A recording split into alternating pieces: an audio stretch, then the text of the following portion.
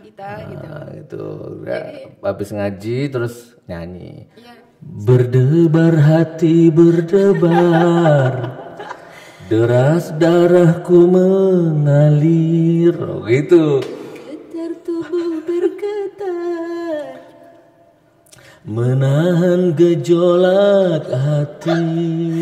sungguh aku malu, malu, malu, malu. Menyatakannya padamu. Sungguh aku ragu, ragu, ragu, ragu. Terus gimana? Ya sampai anak-anak itu bilang, Abi tuh kalau sudah teleponan pakai nyanyi-nyanyi begini sampai stop kontak, HP-nya sambil dicas kata anak-anak. Ya itulah. Oke, Jadi kita selesaikan refnya ya. yuk. Saya selalu begitu.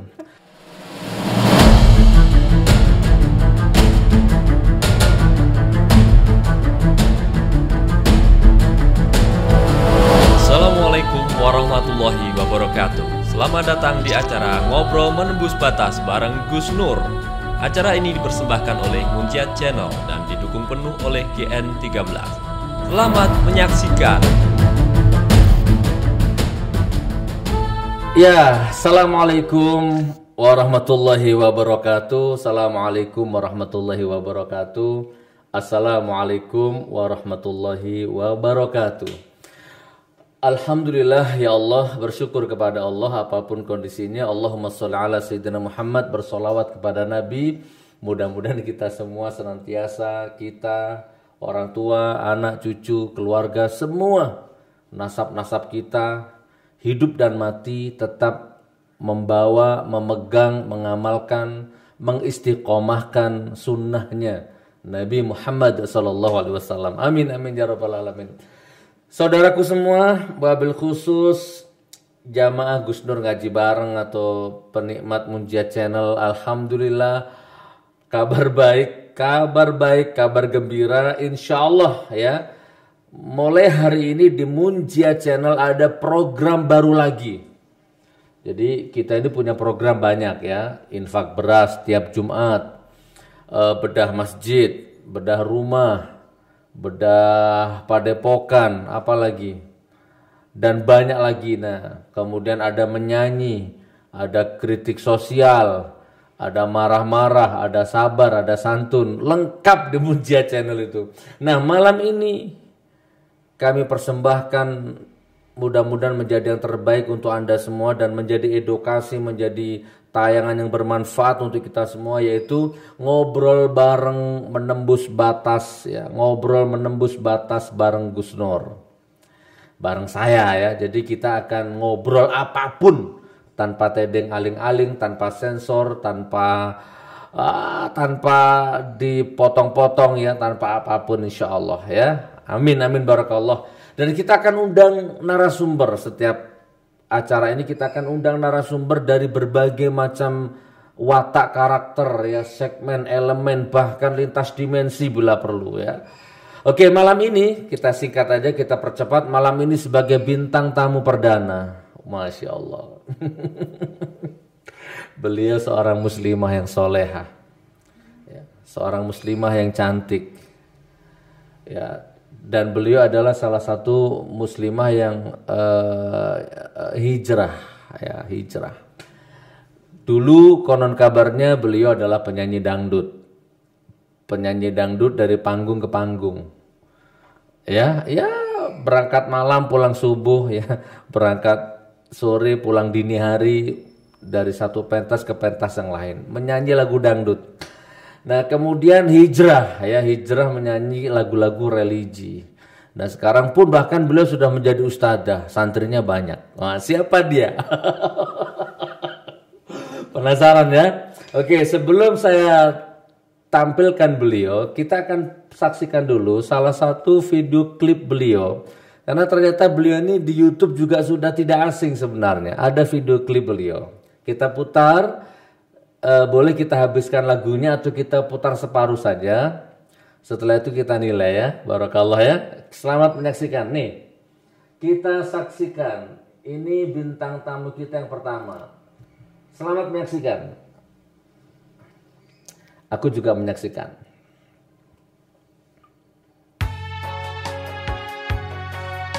Oh ya Badrodin, ya Badrotim.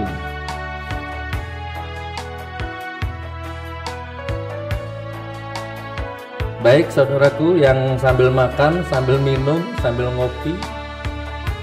Kalau merokok matikan dulu rokoknya. Kita nikmati sholawat yang syahdu ini. Selamat menyaksikan. Ya Badrotin, ya Badrotin, min hazaqul laka mali, madha yu'ab, madha yu'ab, bir'an ula kama qali, ya Badrotin, ya Badrotin, min hazaqul laka mali,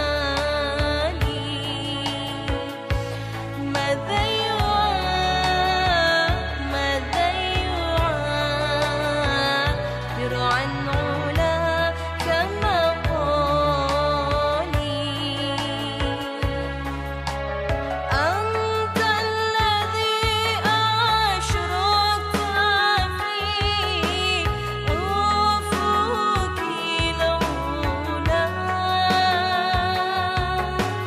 أنت الذي أشرقت في أفق العلا، فما حوت بالأنهار كل ضلال، فما حوت بالأنهار كل ضلال.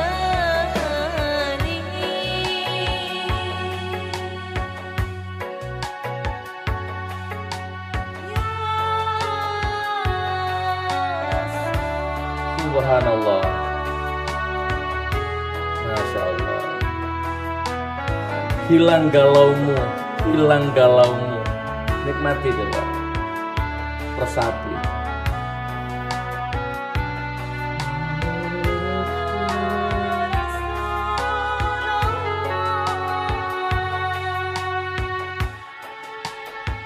Ya Badrotin, ya Badrotin, min hazaqul laka mali, madha yu'ab, madha yu'ab, bir'an ula. Oke, saudaraku, Anda bisa lihat lengkapnya di YouTube biar tidak lama-lama. Dua sekali lagi ini ya sampai meneteskan air mata ya berkaca-kaca.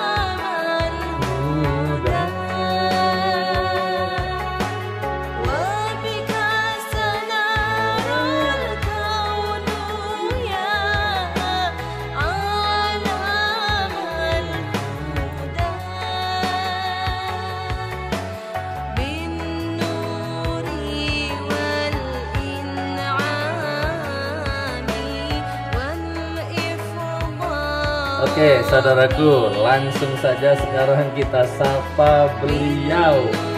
Bintang tamu pertama ngobrol bareng Gus Nur. Ya, assalamualaikum warahmatullahi wabarakatuh. Ya, waalaikumsalam warahmatullahi Masya wabarakatuh. Allah, sehat Ustazah.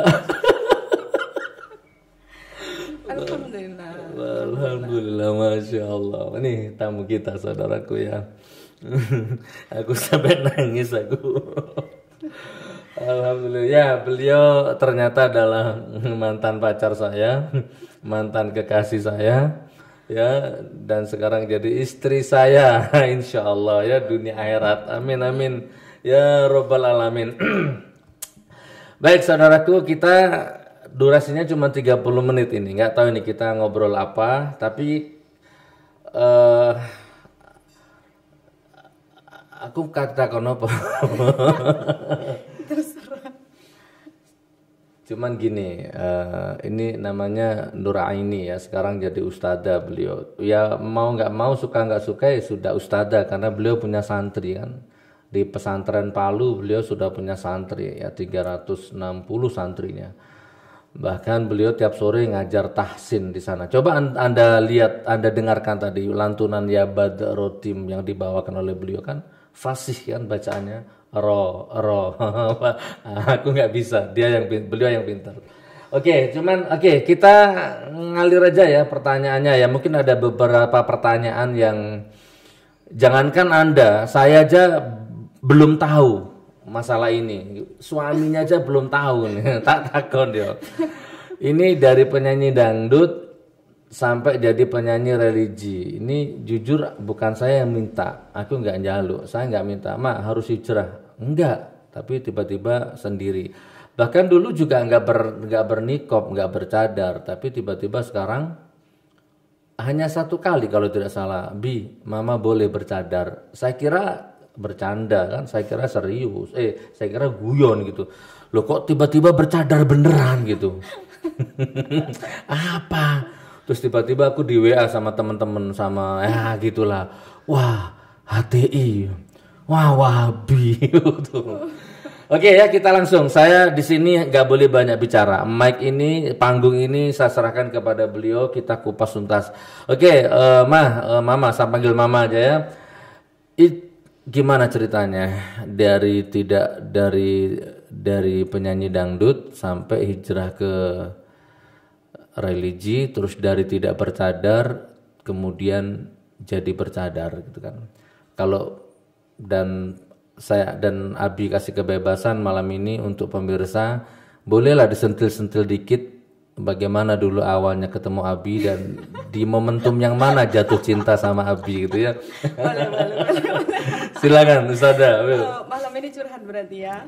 Enggak sih. Ya, bismillahirrahmanirrahim. Assalamualaikum warahmatullahi wabarakatuh. Waalaikumsalam warahmatullahi wabarakatuh. Jadi memang sebelum kenal sama Abi, itu memang ya profesi saya memang menyanyi dangdut. Tapi enggak yang di pentas-pentas panas begitu, enggak. Ya masih batas wajar, enggak yang sampai goyang-goyang begitu kan. Yang berangkat sore, pulang malam, pulang subuh gitu kan. Itu dijalani dari saya nyanyi itu dari SMP.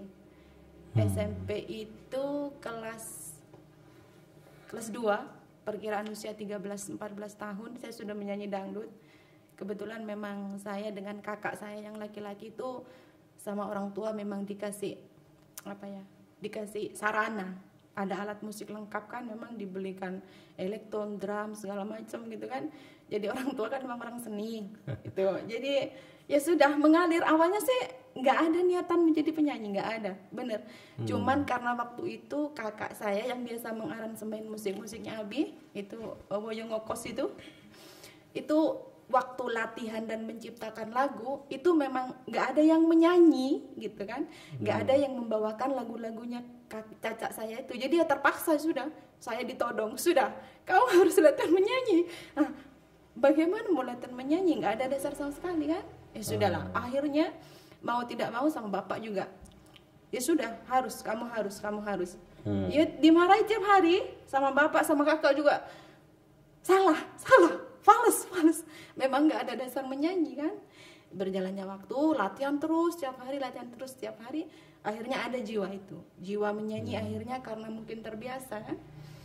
Ya sudah, akhirnya berjalannya waktu terus menyanyi dangdut. Kok saya merasa kalau dari pentas dangdut tuh kayak memang merasa nggak nyaman, karena terkadang kalau pas lagi mau naik pentas gitu kan dari rumahnya tuan rumah, itu sering dicuil-cuil gitu loh kan. Nggak suka sebenarnya saya digitukan, mama nggak suka digitukan kan. Ya entahlah, dari hati yang paling dalam kan sebenarnya nggak terucap sih, ya Allah aku nggak mau di sini, nggak sebenarnya. Tapi hati kan menolak ketika dipegang atau apa, hati itu menolak. Meskipun itu sudah ditutupi jaket tetap kan dijual-jual itu merasa risih gitu. Nah, sudah setelah itu akhirnya memilih hijrah lagu-lagu religi. Itu tahun berapa itu penyanyi dangdut? Penyanyi dangdut Pokoknya dari SMP kelas 2 kalau menyanyi dangdutnya kayaknya sudah mulai masuk pentas SMA itu. SMA itu perkiraan usia 16 tahun. 16 tahun sudah menyanyi dangdut dari panggung ke panggung ya. Ya. Boleh tahu di mana, daerah mana? Oh, daerah Probolinggo, daerah Jember, Jember, Lumajang, ya Surabaya. Surabaya Ya sekitarnya gitu, ya. sudah Jawa Timur gitu kan.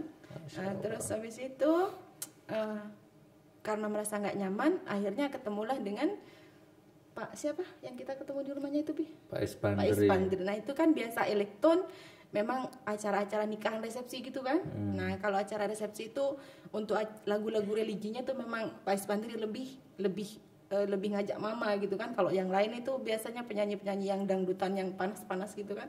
Kalau untuk yang religi mama memang. Nah, sudah setelah itu belum ketemu Abi tuh mama, tapi sudah memang sudah lagu-lagu religi gitu sudah mulai inilah kosida gitu kan. Nah, ya sudah berjalannya waktu akhirnya ketemulah sama Abi itu di rumahnya Pak Ispandri. Jadi ketemu sama Abi itu memang benar-benar yang saya nggak tahu sama beliau ini. Saya nggak tahu dengan beliau Ustadz Gus Nur, nggak tahu pikir. Jadi pas waktu Pak Ispandri yang musisi yang biasa ngajak saya konser itu, kalau elektron, kalau apa pernikahan resepsi. Pak Ispandri itu penyanyi elektron, Bukan penyanyi saya. pemain elektron, musisi ya, dan di Gending kalau nggak salah rumahnya ya, Gending Probolinggo. Oke. Assalamualaikum Mbak Suandri. Mudah-mudahan send off ya panjang umur ya. Amin. Karena kita ketemunya di rumahnya Pak Ispandri, bagaimanapun juga Allah yang menakdirkan kita ketemu di sana. Jadi pas waktu Pak Ispandri telepon, Mbak, nanti ke rumah ya, nanti malam ya, ketemu sama Ustadz Gus Nur. Jenengan mau dibawa nanti acara ke Kepanjen di Malang. Itu kurang 1 minggu, tanggal 21 April. April acaranya. Seminggu sebelumnya Pak Ispandri udah telepon, Mbak nanti malam ke rumah ya, ketemu sama Ustadz Gus Nur. Kenapa Pak? Ya nanti take vokal di rumah. Kenapa mendadak begini? Ya sudah, pikirannya mama itu Abi ini sudah tua, sudah berjenggot. Karena mama nggak tahu sama sekali, pikirannya mama Abi itu sudah tua, sudah ya gitulah, sudah ustadz yang sudah tua gitu kan. Pas sudah yes gitu mau berangkat gitu, ya ono ngono kan, apa adanya, sudah nggak yang istilahnya kayak cuek kayak mau ketemu sama ustadz ya sekedar pakai jilbab kan, karena waktu itu memang belum pakai jilbab. Waktu itu memang belum pakai jilbab, ya pakai biasa lah, masih belum menutup aurat kan. Berangkat apa adanya, cuman pakai jilbab, pakai baju biasa. Pas sudah nyampe di depan rumah Pak Ispandri, kelihatan anak-anak, kelihatan Mbak Lia sama Dek Nur. Anaknya Abi. Anaknya Abi, Mbak Lia sama Dek Nur tuh masih kecil. Jadi waktu itu saya duda teman. Waktu itu saya duda keren. Waktu itu Abi duren Punya ya. anak 2 ya, Dek Lia sama Munjiat yang sekarang jadi kameramen itu. Ya Terus. itu kan. Terus habis itu lagi sibuk main HP kan di depan, sama anak-anaknya. Berarti mungkin sama istrinya. Tuh kan. Sudah masuk, ini sudah momen paling malu sekali saya. Pas masuk, assalamualaikum, saya mau ngajak salaman kan saya biasa salaman dengan orang-orang laki-laki.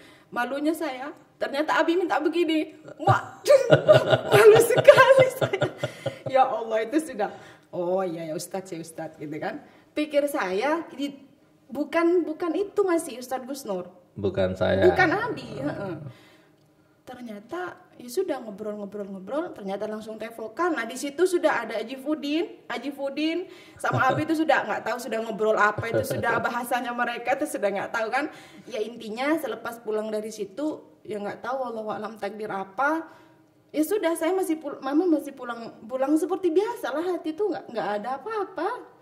Terus setelah itu baru besoknya Abi mendadak telepon. Nah pas waktu itu, selamatan apa ibu buat kue kan? Kan mama kan nggak nge-save nomornya Abi. Lembut sekali kan Abi.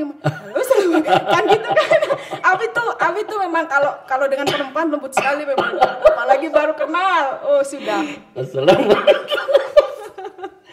Sudah. Iya begitu sudah. Jadi lembut sekali kan. Assalamualaikum Mbak. Mama kan orangnya kan cuek dan biasa pergaulan anak-anak gitu kan. Waalaikumsalam, suaranya mama sudah dengan nada begitu kan. Terus habis itu saya mau ke rumahnya Mbak. Diingat-ingat suaranya kayak kenal loh. ini kan Ustadz Gus Nur yang semalam. Langsung berubah nadanya mama. Terus abis itu digojlok sama Cak Woyo. Kalau sama Ustadz Gus Nur langsung berubah ya suaranya ya, langsung lembut ya. Loh, enggak begitu juga kan, menghargai, pikir mama kan, menghargai lah gitu. Ya sudah, tiba-tiba itu sudah langsung datang ke rumah, yang enggak pernah datang ke rumah tiba-tiba datang ke rumah. Dan di dalam rumah itu langsung curhat sama keluarga. Jadi Abi tuh duduk di kursi pojok begini, sama bapak gitu melingkarkan di ruang tamu. Saya duduk di bawah. Intinya Abi tuh saling nombak gini. Jadi pojok dengan pojok. Saya duduk di bawah tapi agak ada jarak 2 meteran paling. Nah di situ Abi tuh langsung curhat sama bapak. Lupa saya. Saya Pak begini, anak saya Pak begini. Saya ini duda Pak, saya ini begini, saya ini begini. Intinya bapak itu langsung hatinya terenyuh melihat anak 2 ini, Bi. Tuh kan intinya gitu ya. Tapi nggak langsung di ini kan. Dan sebenarnya saya potong, beliau waktu itu pegawai negeri, hampir jadi pegawai negeri ya beliau itu. Oke, lanjut CPNS. Ya, saya memang dulu kuliah keguruan, ngajar di SD gitu kan. Karena bapak saya juga PNS guru, otomatis sananya biasanya turun-temurun dijadikan guru. Oh, jadi saya curhat. Langsung Abi tuh langsung ke bapak itu, nggak ada angin, nggak ada hujan. Pak, adik ini sudah bilang adik, sudah pertamanya bilang mbak, sudah langsung manggil adik ini kalau ikut saya itu nanti harus siap-siap banyak fitnah Pak, gitu kan. Karena memang saya ini dikenal suka main perempuan. Ya seperti itu, ingat sekali mama. Terus habis itu saya begini, rumah tangga saya gagal, ini anak-anak sekarang usia begini. Itu yang Mbak Lia sama Denur tuh saya sampai pondokkan gitu kan. Intinya niatnya itu bukan anak-anak ditaruh di pondok untuk mencari ilmu, tapi untuk pelarian, menghindari konflik rumah tangganya Abi gitu kan. Ya intinya bapak itu di situ kasihan, sebenarnya bukan kasihan sama Abi, kasihan sama anak 2, kasihan sama Mbak Lia sama Dek Nur gitu kan. Dan itu pun bapak belum setuju, nggak mau masih. Bapak itu pokoknya kamu sebatas profesional lah, ikut Abi, nada dan dakwah gitu kan. Nah itu kan, apalagi kakak-kakak saya itu, mbak saya yang perempuan, kakak saya yang laki-laki yang ngokos tuh, Pak De, Bude saya semuanya nggak ada yang mau saya dengan Abi, nggak ada yang setuju. Dan saya mengalir saja, ya sudah. Nah setelah pulang dari situ, Abi yang ke rumah itu, yang setelah curhat tuh, bingung mama sudah, Bi. Ini maksudnya apa? Baru pertama kali datang ke sini kok sudah langsung kayak macam nembak panah gitu kan? Apa maksudnya? Sudah pulanglah Abi kan. Nah besoknya mama memang ada acara sama Cak Woyo di Probolinggo. Mama sama Cak Woyo itu ada acara resepsi pernikahan di daerah mana itu? Di Kanigaran. Ya ada, ya Kanigaran situlah. Udah. Abi acaranya sudah kurang 4 harian. Ya intinya Abi nyuruh mama sama Cak Woyo singgah untuk latihan sedikit gitu kan, latihan untuk persiapan di Kepanjen. Ya sudah. Nah pas mama sudah mau berangkat ke acara itu kan, otomatis mama harus sudah agak-agak rapi karena mau ke acara kan. Nah sudahlah mama pakai kacamata kayak biasa lah, kacamata terus pakai sudah agak resmi lah. Datanglah mama ke rumahnya Abi yang di Probolinggo, yang di Jalan Indragiri. Nah pas waktu mama kesana naik motor sama Cak Woyo, bawa keyboard, memang besar keyboardnya Cak Woyo waktu itu, sama bawa baju sama tas gitu kan untuk salin bajunya mama. Di luar ada Mbak Lia sama Mas siapa itu, orang Jerebeng, lupa mama. Mas Santo ya. Mas Santo kayaknya. Udah. Wah, Mbak Lia waktu itu masih kecil, masih sudah, tapi dia sudah Mbak ini gitu kan sama dia. Jadi sebentar ya, Abi masih sholat di musola. Udah, habis itu mama di ruang tamu sama Cak Woyo. Abi datang tuh sudah pasang wajah-wajah yang gimana gitu kan, pasang wajah-wajah mempesona, pasang wajah-wajah yang sekiranya sudah membikin hati wanita terpikat gitu. Sudah waktu itu saya masih belum ini, masih beneran. Pas sudah ketemu sama Abi di situ, Abi sudah lain-lain, sudah pandangannya sudah lain-lain. Habis itu mama pulang, itu nggak tahu ya, apakah Abi sudah membacakan nama Al-Fatihah sebanyak usianya mama nggak tahu. Intinya mama setelah pulang dari situ, mama itu sama Abi dikirimi buku apa Al-Fatihah itu loh sayang. Apa dah amalan apa sih rahasia bukan. Yang Al-Fatihah lah intinya. Oh iya. Yang Al-Fatihah katanya Abi suruh diamalkan sesuai umur.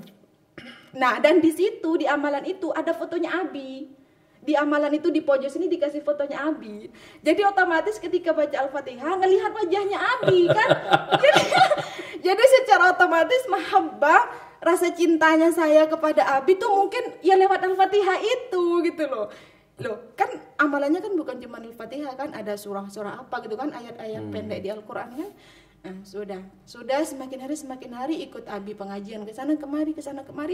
Abi dari kita kenal tuh bulan April kenal, Mei, Juni, Juli kita nikah kan. 3 bulan itu dari bulan April ini setiap hari Abi kan rumahnya di Probolinggo kota, rumah saya itu di desa. Jadi dari kota ke desa itu hampir 1 jam naik motor. Itu Abi hampir setiap hari ke rumah ketemu bapak. Nggak tahu apa yang diobrolkan. Oh ya mungkin ngambil hatinya bapak karena memang keluarga nggak ada yang mau. Mana saya kan juga masih masa-masa kuliah baru masih mengajar gitu kan, ya intinya seperti itulah. Oke, jadi gini, Ma, dipotong aja ya, kepanjangan itu. Oh, iya. Jadi intinya waktu itu saya lagi padat nada dan dakwah. Tahun segitu itu agenda saya itu dakwah dalam kubur, nada dan dakwah. Nah, saya sudah punya penyanyi, saya sudah punya artis sendiri ada waktu itu. Mbak Ika, assalamualaikum. Mbak Ika ya di Probolinggo. Mbak Ika ini adik kelasnya Mama di SMKK. Coba lihat buka YouTube yang lama-lama, buka YouTube tahun berapa, ketik aja Gus Nur istighfar gitu ya. Ada ya, Astaghfirullahaladzim.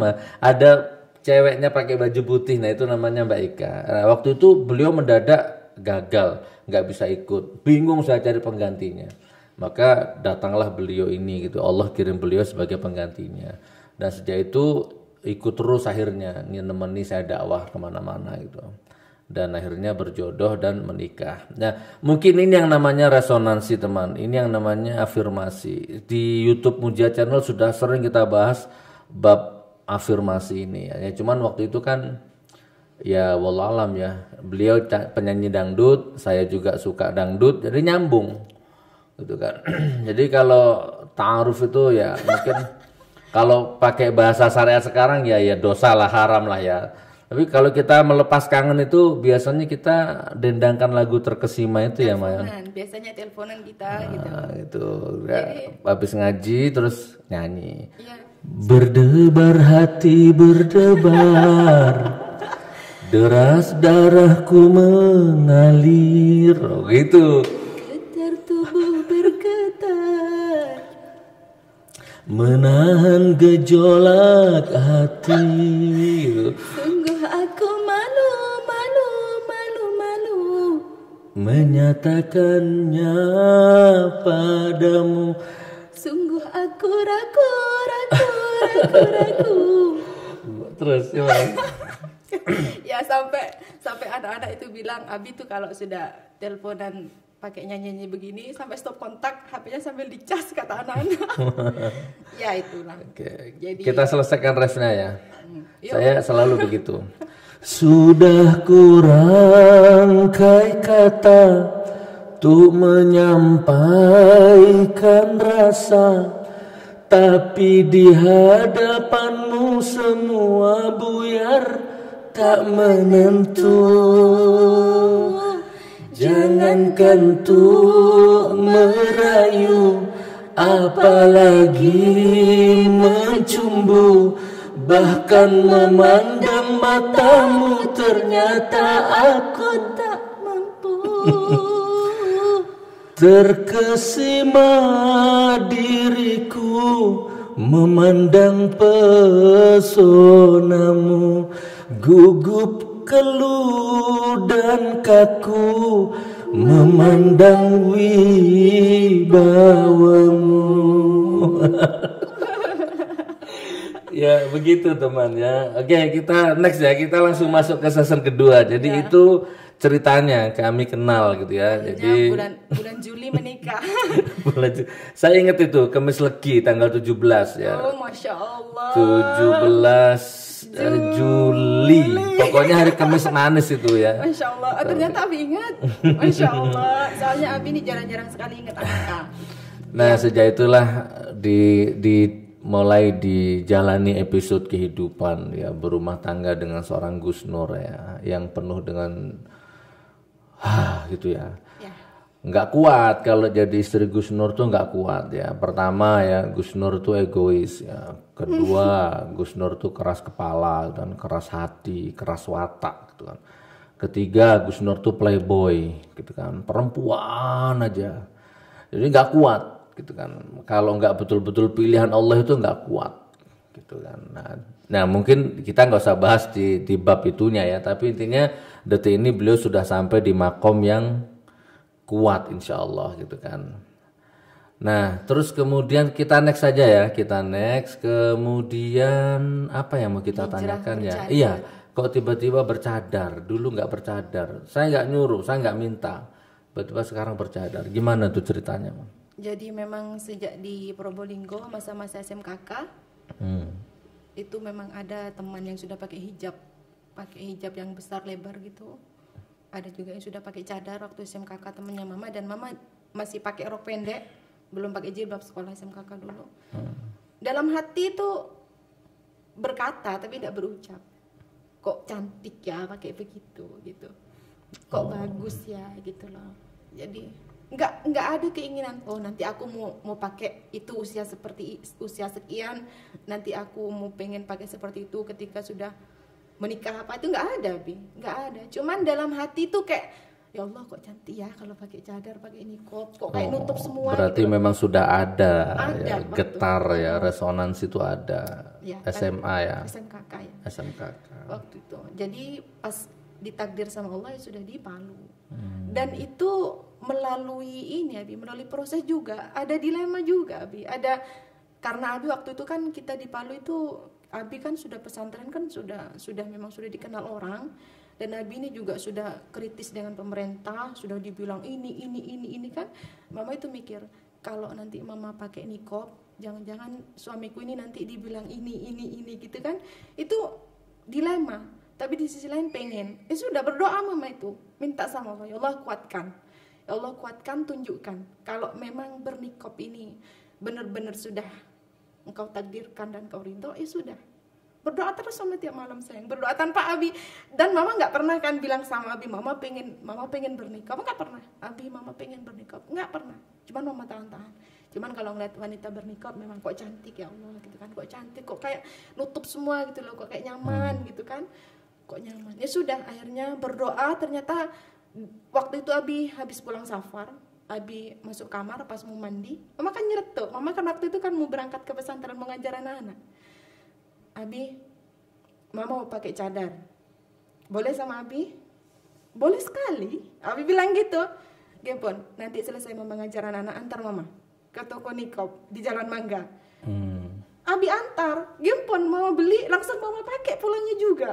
Langsung mau pakai pulang juga, sudah besoknya dan alhamdulillah sampai detik ini mudah-mudahan istiqomah seperti itu. Alhamdulillah ya begitu ceritanya. Jadi mengalir aja tiba-tiba niqab, dan tentu sebagai suami saya bangga. Gimana itu ya? Gimana tuh? Na na na na na na na na na na na na beristrikan gitu ya, betul lah, lali aku. Saya bangga ya. Bagaimana aku tak merasa bangga beristrikan wanita mulia, sungguh sukar dicari bandingnya. Masya Allah. Ya jadi saya bangga punya istri bercadar ya. Terserah apa kata orang, mau HTI, mau teroris, mau radikal, peduli amat. Jadi saya pernah ngalami punya istri cantik, punya istri artis, punya istri pegawai negeri ya, punya istri yang begitu bangga kalau saya lihat dia di depan orang, subhanallah cantik banget. Tapi ternyata waktu berputar, umur bertambah, ilmu terupgrade, akhirnya jauh lebih bermakna dan berarti ya dengan punya istri bercadar itu. Mudah-mudahan ini menginspirasi. Tidak ada kamus, tidak ada algoritma pasti orang tidak bercadar terus kemudian jadi bercadar tambah jelek, itu nggak ada. Nggak akan ada temukan itu rumus seperti itu ya. Barakallah. Bahkan di tsunami kapan hari itu di Palu ada tsunami kan, wallahualam suka nggak suka ada muslimah yang hancur jasadnya, tapi bukan hancur, ditemukan berhari-hari, ditemukan ternyata masih utuh ya, tidak lecet. Nah, ternyata beliau juga bercadar. Oke, saudaraku, mungkin apa lagi mah mau disampaikan? Monggo Abi yang bertanya. Kalau nggak ada pertanyaan, Ya kayaknya nggak ada. Jadi sekarang beliau kesibukannya ngurusi bisnis ya. Jadi kita ini bisnis madu, bisnis kopi, bisnis baju, konveksi ya, VCO, apalagi itu. Sekarang kita lagi launching kartu kewalahan sekarang beliau ini itu ada kopi GN, kopi merek Gus Nur ya, agen madu. Jadi kalau coba ketik di Google madu GN 13 tuh, wah ranking atas. Jadi madu GN ini universal luar biasa ya. Memang di Rukyah, yang Rukyah Ustadz Sabana ya, ada di Tangke. Silakan ya kalau mau jadi agen, kalau mau beli datang ke kantor. Ternyata tiap hari juga kita kedatangan tamu dari luar negeri. Kalau besok kita ada tamu dari Kediri dan Lamongan. besok. Insya Allah sampai sini jam 10, jam 11. Sekarang hari apa dia?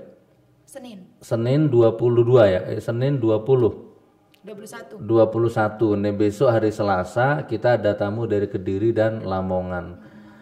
Terus oke, kemudian ada buku-buku, ada buku merubah nasib. Nah itu semua sudah kita amalkan, itu kita istiqomahkan. Baik saudaraku, mungkin ini yang bisa kita sampaikan dulu.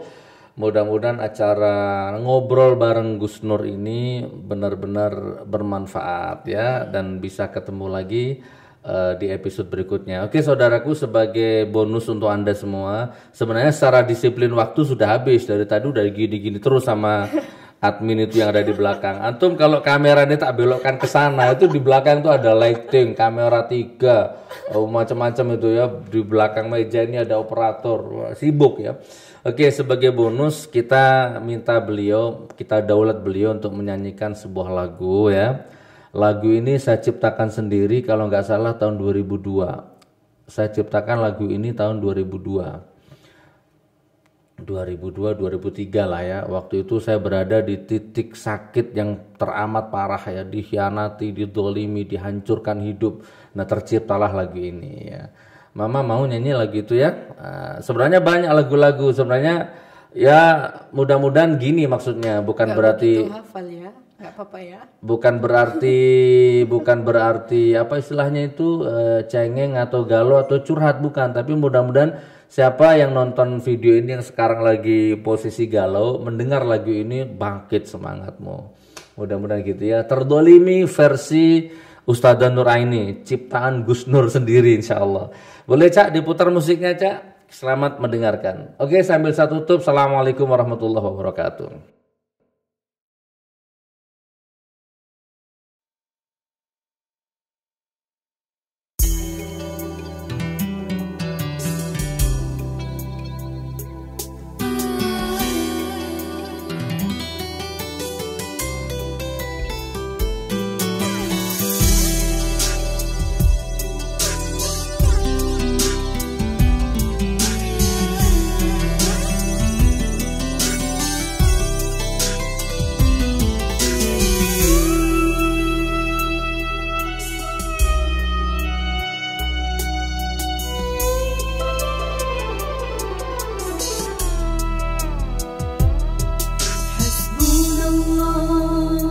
ونعم